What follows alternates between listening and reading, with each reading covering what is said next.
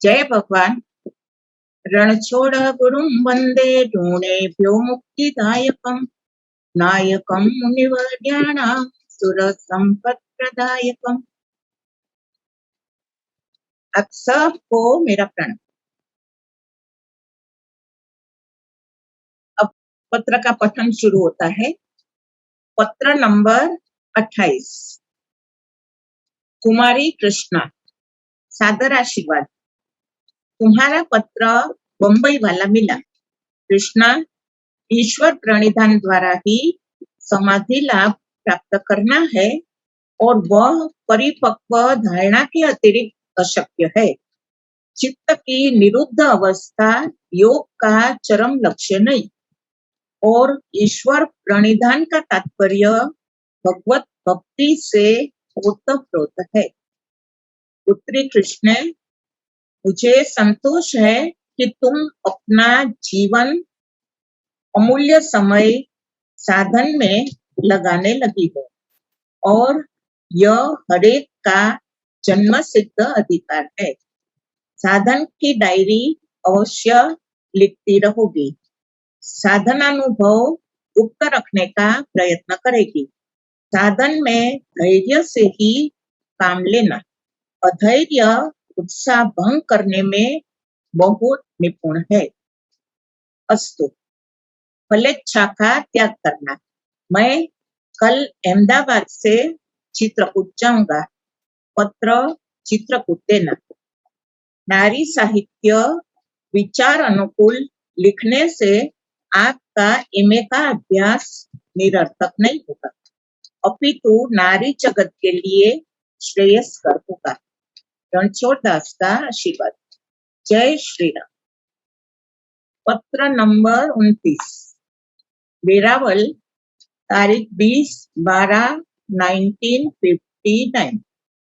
प्रिय पुत्री कृष्ण, सादर आशीर्वाद। आपका तारीख 6/12/59 का पत्र यथा समय मिल गया। वह सर्व संस्काराधीन है। मैं सर्वथा योग्य हूँ ऐसी आपकी भावना है, परंतु मेरे व्यक्तित्व में मुझे तो कुछ विशेषता प्रतीत नहीं होती।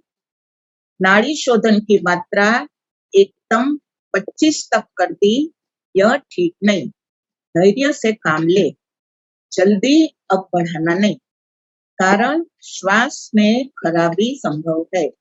अब 25 से कम भी नहीं करना।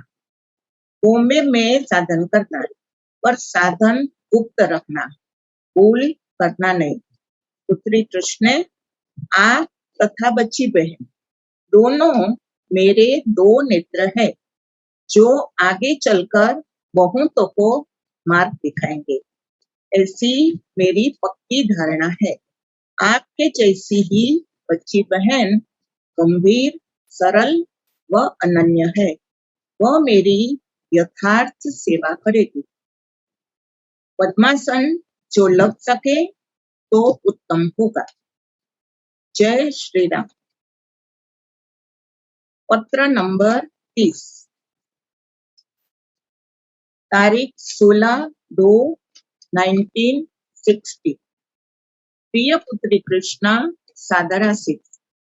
बेटा, मेरी तबीयत तो ठीक जैसी नहीं है। आज से एकांत शुरू किया है। मैं जिस स्थान में जा रहा हूँ उसकी चर्चा कई बार तेरे से हो चुकी है। तुम भजन करना, धीरज रखना, ध्यान करना, संपर्क कम रखना, खूब मंत्र जाप करना, उदार बनना। यदि परमार्थ कार्य माने नेत्र यज्ञ आदि हो तो साहस से कार्य करना। बेटा, तू मेरी गांडी पुत्री है ना, फिर दुखी क्यों? दादा साहब निर्मला को आशीष देना। रणछोड़ दास का आशीष। जय श्री राम। पत्र नंबर 31। श्री रामचंद्राय नमः। बेटा, सादर आशीष। एक ही विचार, एक ही ध्यान, तब मन पानी की शुद्धि पर पूरा ध्यान देना, व्यवहारिक बातों में रस नहीं लेना, केवल व्यवहार पूर्ति के लिए करना, आंखों पर उंगलियों का वजन न आवे इसका ध्यान रखना, पलकों पर उंगली और आंख की टिकी पर उंगली रखकर धीरे धीरे त्रिपुटी में टिकी को ऊपर चढ़ाना, हाल कदाच आंख में भारीपन लगे अथवा दुखावा पण होवे पर धीरे धीरे ठीक हो जाएगा। ये सब सुनकर अपने आप कोई ऐसी क्रियाएं न करे ऐसी प्रार्थना। पश्चिमोत्तासन से जहाँ स्नायु को नमी की आवश्यकता है वहाँ कोमल और जहाँ कठिन की आवश्यकता है वहाँ कठोर बनता है, पर करना चाहिए। रोज नाड़ी शोधन छोड़ना नहीं। या भूल गई? समय नियमित बनाओ, 3 बजे उठो और 4 बजे से 7 बजे तक बैठो। ऐसा करने से अभ्यास भी होगा और प्रमाद भी कम। रणछोड़ दास का आशीष। जय श्री राम। तारीख 14/5/1960। पत्र नंबर 32। श्री रामचंद्राय नमः। तारीख 15/5/1960। पर पत्र माने दूसरों के पत्र अधिकार होते हुए भी नहीं खोलना चाहिए, कारण उन पत्रों से मन में अशुद्धि आने की संभावना है। पत्र खोलना एक दिन स्नेह का बाधक हो सकता है। उदाहरण के लिए, यदि तुम्हारे विषय का कोई पत्र हुआ और तुम पर किसी ने दोषारोपण किए हो और उस पत्र को तुमने यदि खोला तो लिखने वाले से तुमको द्वेष होकर क्रोध बढ़ेगा, स्नेह का अभाव होगा। दूसरा कारण, यदि उनके परस्पर की कोई घटना का पत्र हो और किसी प्रकार का वह दोष युक्त हो तो तुमको उनसे घृणा हो जाएगी, तुम्हारी दृष्टि से वे गिर जाएंगे। तीसरा कारण, मनुष्य में गुण दोष तो होते ही है। सामान्य मानव का स्वभाव विशेषकर दोषों को ग्रहण शीघ्र कर लेता है। समय पाकर वह उसके हानि के साधन बन जाते हैं, जिनकी हाल में उसे कल्पना भी नहीं। साधन समझकर करना। पत्र खोलना धर्मशास्त्रों में निषेध किया है और यह कम नीति है। जय श्री राम। पत्र नंबर 33। श्री रामचंद्राय नमः। प्रिय पुत्री कृष्णा, सादर आशीर्वाद। मैं तो अभी विचार करता हूँ, पीछे निश्चय होने पर नियम सोचूंगा। मैं तो खूब इच्छा रखता हूँ कि तू समाधि लाभ प्राप्त कर ले। तुमने फिर गड़बड़ मचाई ना। गोंदिया के बाद बड़वाला है ऐसा कोई क्रम नहीं, समय निश्चय नहीं, पर स्थान दिन निश्चय जैसा है।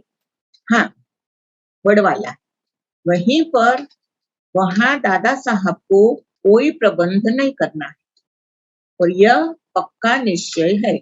यदि ऐसा हुआ तो मुझे अच्छा नहीं लगेगा। जाना भी वाक्य अधूरा छोड़ दिया है। हाँ, तेरा प्रोग्राम सोचा है कि तू कुछ दिन लक्ष्मी बहन को अपने साथ रखकर अथवा उनके साथ रहकर दोनों को अनुकूल पड़े तो द्वारका में रहो अथवा डाकोर। भगवत भक्ति का तुम्हें खूब आनंद आवे। गुरु पूर्णिमा करके उनसे पत्र व्यवहार करके चले जाना। काश्मीर का विचार तो है, यदि गया तो तुमको खबर दूंगा। कावेरी वहां होगी। कावेरी श्री गुरुदेव की गुरु बहन थी। कावेरी वहां होगी। उनकी हाल 2 वर्ष से कुछ खबर नहीं। अच्छा, उसे मैं पत्र लिख रहा हूँ। तुम गोंदिया तो आ ही जाओगी, फिर क्या। अच्छा, सुन, अब तेरे दोष। एक, जड़ तत्व के परिणाम से अनुकूलता की हानि, और तू कारण सोचती है, अभी नहीं। दूसरा दोष है, दूसरों को प्रतिकूलता होती है, तब तू आत्मनिरीक्षण करती है। तीसरा, अहम के उदय होने पर, जो कि सबको होता है, अहम के उदय होने पर तू विचार करती है कि यह मेरा अहम बोल रहा है या कर रहा है, इत्यादि इत्यादि। चल, यह 3 डंडे का घाव खाकर सोचना हो। मुद्रा लगाते तुझे 1 महीना हुआ, परिणाम तो बताया नहीं। ध्यान रखो, क्रिया योग में ईश्वर शरणागति अनिवार्य है। शरणागति की पुष्टि को स्वाध्याय मुख्य है। मुद्रा में आसन कौन लगाती हो, और ध्यान रखना, जो एक कार्य पूरा हो तब दूसरा हाथ में लेना, भूल न करना हो। तारीख 26/5/1960, महाबलेश्वर। अरे, श्री बालकृष्ण भगवान है ना, असव निमी बहन वहां है? यदि हाँ और हो तो आशीर्वाद देना। जय श्री राम। पत्र नंबर 34। नुक, नुक माने कोटि, श्रेणी, जिसे हम अंग्रेजी में सरनेम कहते हैं। ऐसा नहीं, पुराण सभी सत्य है। मैंने उस बारे में कुछ कहा होगा तो उसमें कुछ सुनने में समझ फेर हुई होगी, पर यह बात बिल्कुल सत्य है कि पुराणों में माथा मारना ठीक नहीं, साधन करना ही ठीक है। तुमको क्या, देखो, भागवत जी में उन मुक्त कन्याओं ने लग्न करना नहीं चाहा। मुक्त होने के कारण भगवान श्री कृष्ण की पति भाव से उपासना करने का उन लोगों ने निश्चय किया। यहाँ काम की गंध तक नहीं है। यह श्रृंगार रस भक्ति का एक रस है। गोपी भी निष्काम भाव से भगवान को पति के रूप में मानती थी।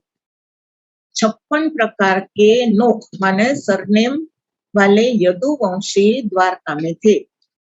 56 प्रकार के नोक वाले यदुवंशी द्वारका में थे, जैसे तन्ना, कोटेचा, जोबनपुत्रा, पुजारा आदि लोहाना में होता है ना, उसी प्रकार।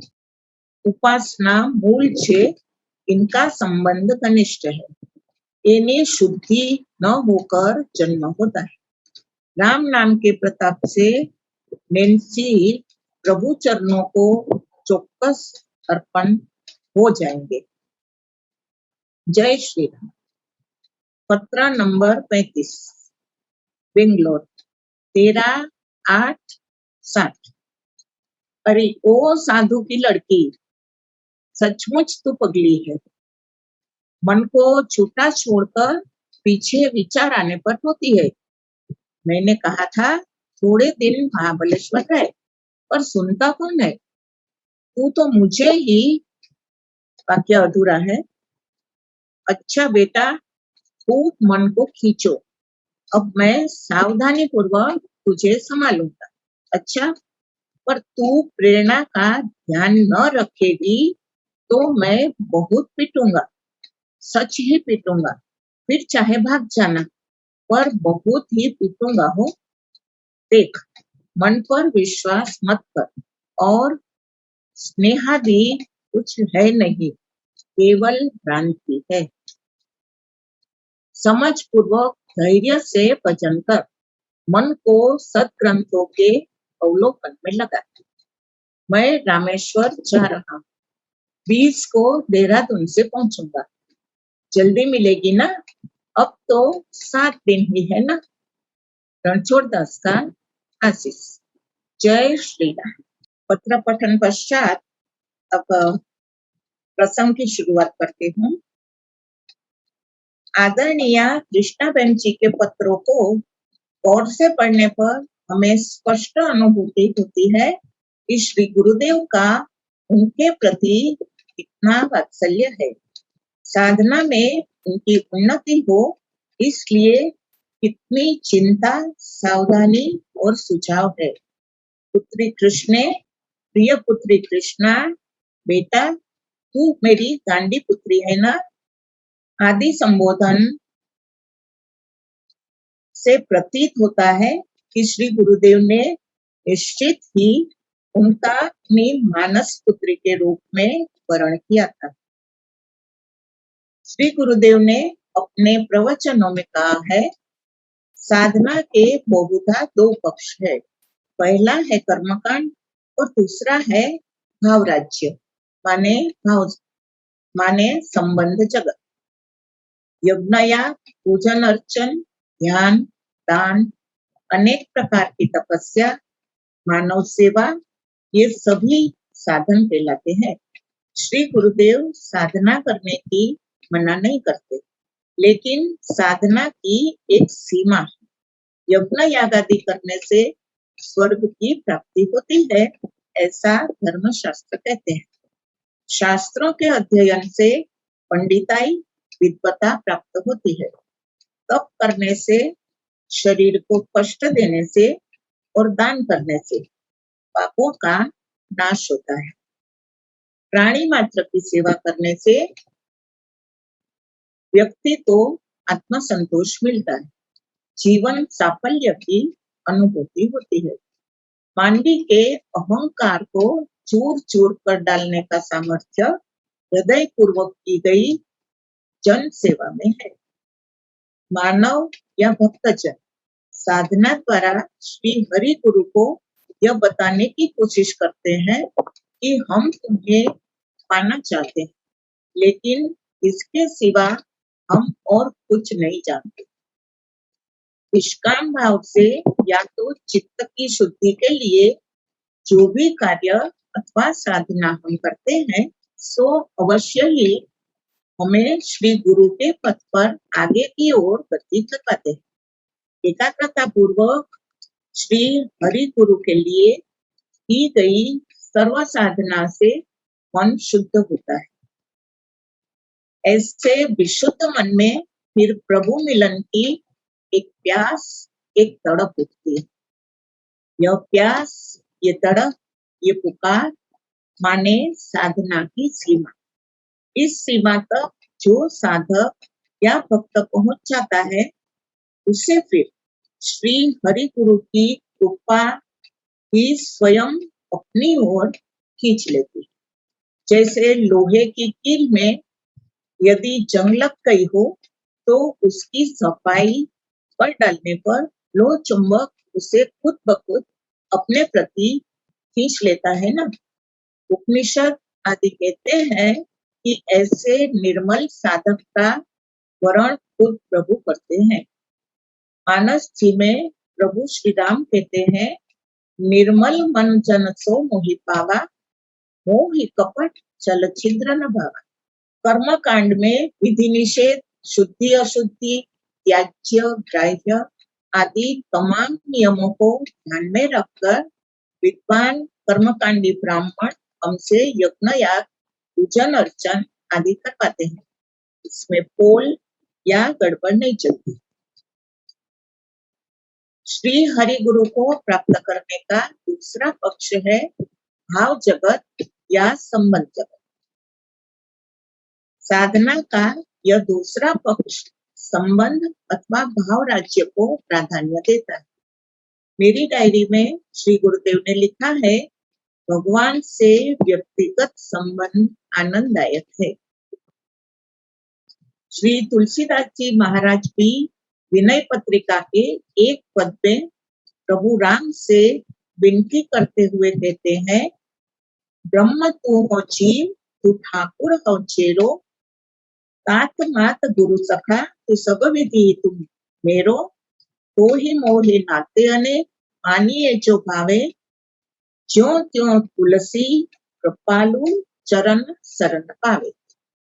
भक्त की एक ही रट होती है, हे नाथ मैं आपका हूँ और आप ही मेरे सब कुछ है। प्रभु राम को यदि भाव राज्य मान्य न होता तो वे शबरी जी के पैर का स्वीकार न करते। विषकाय गरीब चीथड़ों में लिपटे सुदामा को देखते ही सिंहासन छोड़कर भगवान कृष्ण न दौड़ पड़ते। दुर्योधन का मेवा मिष्ठान छोड़कर विदुर के घर पर भाजी न खाते। द्रौपदी के लिए राजसभा में वस्त्रों का अंबार न लगाते। भाव राज्य का सूत्र है सबसे ऊंची प्रेम सगाई। भाव जगत जो औरतों को अथवा दिशाहीन चंचल अस्थिर स्नेह को मान्यता नहीं देता। श्री हरि गुरु इस बाबत के लिए बहुत ही पॉजिटिव है। 100% मन और लगन से भगवान के प्रति समर्पित हो ऐसे भक्त के योगक्षेम की जिम्मेवारी फिर श्री हरि गुरु स्वयं ही ऊपर ले लेते। गीता जी में भगवान श्री कृष्ण ने इसकी पुष्टि में कहा है, अनन्या चिन्तयन्तो माम ये जनाः पर्युपासते तेषां नित्याभियुक्तानां योगक्षेमं वहाम्यहम्। अध्याय 9 22वां श्लोक। श्री गुरुदेव कई बार पुष्कर के एक संत को याद किया करते थे। वे संत एक ही रट लगाते थे, दीन बंधु दीनानाथ मेरी डोरी तेरे हाथ। परंतु जब अत्यधिक भाव विभोर हो जाए तो कहते थे, दीन बंधु दीनानाथ तेरी डोरी मेरे हाथ, दीन बंधु दीनानाथ तेरी डोरी मेरे हाथ। ऐसे अनन्याश्रित भक्त की अधीनता श्री हरि गुरु भी स्वीकारते हैं और ऐसे भक्त के पीछे पीछे घूमकर उनका प्रत्येक मनोरथ हरेक संकल्प पूरा करते हैं। हमारे श्री गुरुदेव स्वयं इसका उदाहरण है। श्री गुरुदेव भी भाव रक्षा को कितना महत्व देते थे उसका एक प्रसंग याद आ रहा है। सन 1965 की 5 सितंबर को पाकिस्तान ने भारत के साथ युद्ध छेड़ दिया था। नादुरुस्त तबीयत के कारण श्री गुरुदेव उन दिनों वीरपुर जलाराम बापा की बाड़ी में भी रहते थे। देश हित की खातिर आराम छोड़कर वे तुरंत अकेले ही पठानकोट की दिशा की ओर निकल गए थे। युद्ध के उन दिनों में श्री गुरुदेव उसी प्रदेश में रहे।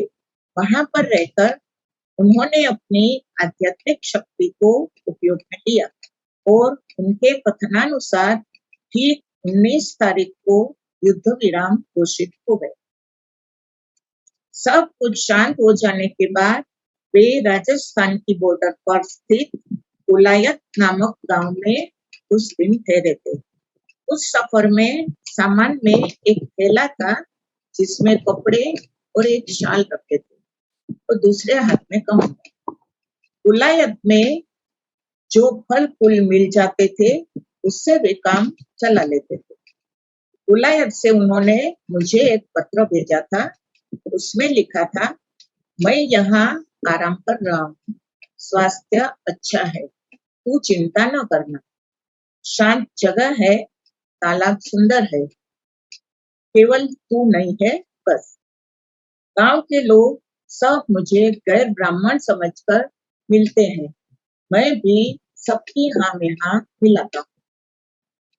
मैं जिस धर्मशाला में ठहरा हूँ उसके मैनेजर रामचंद्र जी मुंदड़ा की माँ बहुत प्रेमाल है, मेरा बहुत ध्यान रखती है।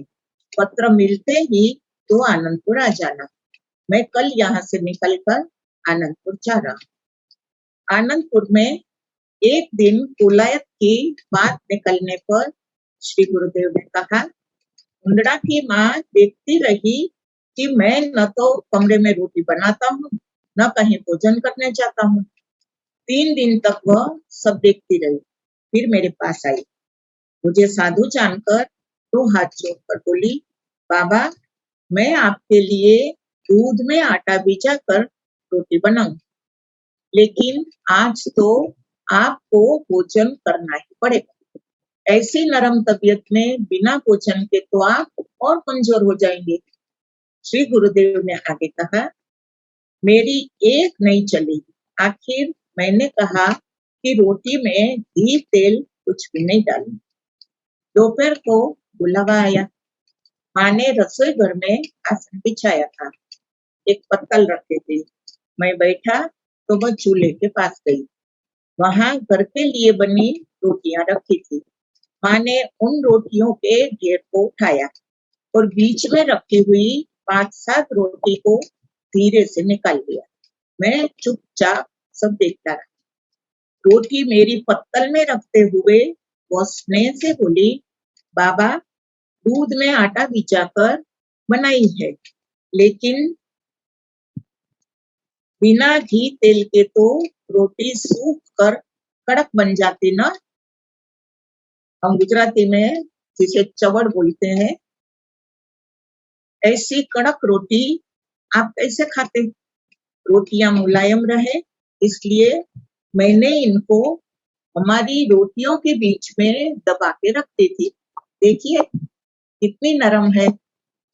मैं उनके स्नेह और ममता को देखता रहा। रोटी सपड़ी जरूर हो गई थी, लेकिन माँ का स्नेह बहुत पवित्र था। ज्यादा सोचे बिना मैंने रोटी उठाई और भोजन शुरू कर दिया। माँ पास बैठकर पंखा झेलती रही। 12 साल तक सानिध्य में रहते हुए सदैव ही मैंने ये देखा था कि हमेशा ही उनका भोजन स्नान करके बनाना होता था। स्थान की पवित्रता और सफाई का भी ध्यान रखना होता था। उनका भोजन हमेशा साधु या उनके दीक्षित शिष्य या शिष्य बनाते थे। भोजन छाजन के उनके विशिष्ट नियम थे। आनंदपुर में जब श्री गुरुदेव ने ये घटना सुनाई, तब श्री गुरुदेव के व्यक्तित्व का एक नया पहलू मेरी आंखों के सामने उजागर हुआ। शबरी मैया के जो बेर लखन जी को जूठे दिखते थे, उन्हीं बेरों में प्रभु राम को अद्भुत मिठास, वात्सल्य व अपार स्नेह मात्र ही दिखाई देता था ना। उस दिन कुलायत में श्री गुरुदेव ने भी मानव एक भक्ति करनाता संबंध को आचरण में उतारकर चरितार्थ कर दिया था। कायस्थ परिवार की उस वृद्ध माँ जी की भावना को प्राधान्य दिया था और सकड़ी अनसकड़ी की कोई चर्चा भी किए बगैर माँ की भाव रक्षा की थी। श्री गुरुदेव की ऐसी विलक्षण भाव रक्षा को मैंने प्रणाम किया। जय भगवान। सर्वेत्र सुखिनः सन्तु सर्वे सन्तु निरामया सर्वे भद्राणि पश्यन्तु मा कश्चित् दुःखमाप्नुयात्। दीन दयाल विरत संभारी हरहु नाथ जग संकट भारी। मंगल भवन मंगलहारी द्रवहु स्वदशरथ अचिर बिहारी। श्री सद्गुरु देव की जय।